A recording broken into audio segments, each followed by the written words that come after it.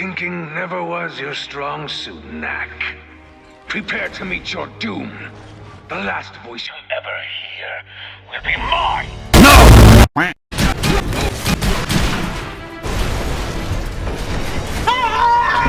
Knack is the protagonist of both Knack 1 and Knack 2, a knacker clusterfuck of knickknacks who has a knack of throwing his enemies into the bottom of the sea.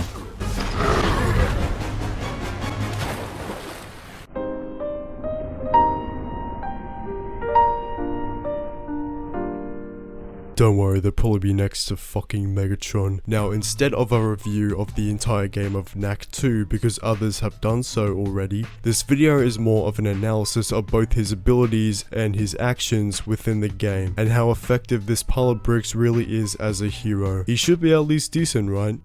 You would think so. Anyways, let's start with his abilities. He can double jump, is strong enough to break rolling boulders in human size, can dodge, has a hover mechanic, can grow up to 32 feet tall, can use ice, metal and crystal shards to give himself new abilities. Ice is nice.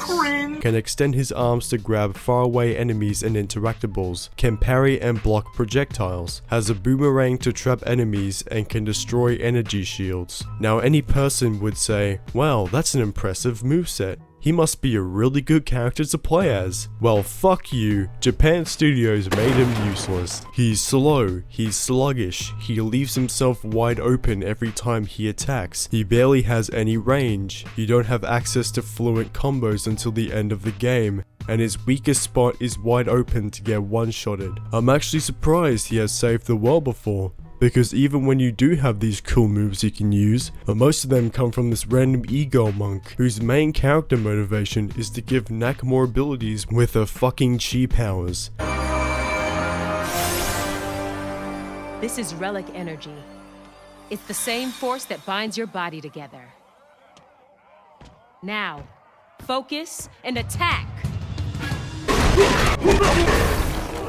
How does this actually work? Beats me, none of the writers could give a fuck about the story, so why should I? Practically Knack has 4 moves he has before going into the monk's temple. 3 punches and a kick. Are you serious? 3 punches and a kick. It's even mentioned in game how useless the guy is. It's hard to believe you saved the world. All you know are 3 punches and a kick. He can jump, too. While Knack does learn abilities later on that make his combat more fast-paced and engaging, you only have at most an hour until the game is finished, which is far too little, far too late, because people have more fun imagining playing as one of the robots than playing as the main character himself. 3 punches and a kick. Imagine Goku having 3 punches and a kick and still managing to kill Frieza. Do you start to see how big of a hopeless piece of shit Knack is as a hero? I bet they looked at the Werehog gameplay from Sonic Unleashed and said, let's make this a whole ass game, and make the character a walking talking pile of bricks. This will make us millions. You can even see the similarities in their designs, but the dumb fuckery doesn't stop there. Anything yet? Nothing yet. But I know it's out there. I can feel it. How do you know? A feeling. So for context, Knack and friends locate the base where all the robots are being activated, and prepare to settle the score with Gundahar, a supposed rival of Knack, once and for all. Along the way, random E-Girl teaches Knack a new move, which traps enemies using his relics. He also has learned the hook shot, keep that in mind for later. So after beating up the rest of his minions, Knack finally confronts Gundahar in a final battle, and kills him by making him fall off a cliff. You'd expect him to be a final boss of the game, as earlier his defeat is stated to be a turning point in humanity's survival, but that's not what I want to talk about. So after he defeats the troll, Xander, the monk's leader, arrives with some of his creations to take a look at the control center. While there, Xander reveals his plan on changing the world, putting it into his own words. Imagine what could be accomplished with an army of invincible robot warriors. Why, We could change the world. Knack then decides to charge at Xander, but then stops because the e-girl tells him to. Xander's intentions are clear by now, and both Knack and Lucas want to stop him. Let's see what Knack the hero does. And our mission. Time to go, Ava. We can't just leave them I here. know you've grown fond of them, but remember our purpose. What we do for the sake of all mankind. It is our duty.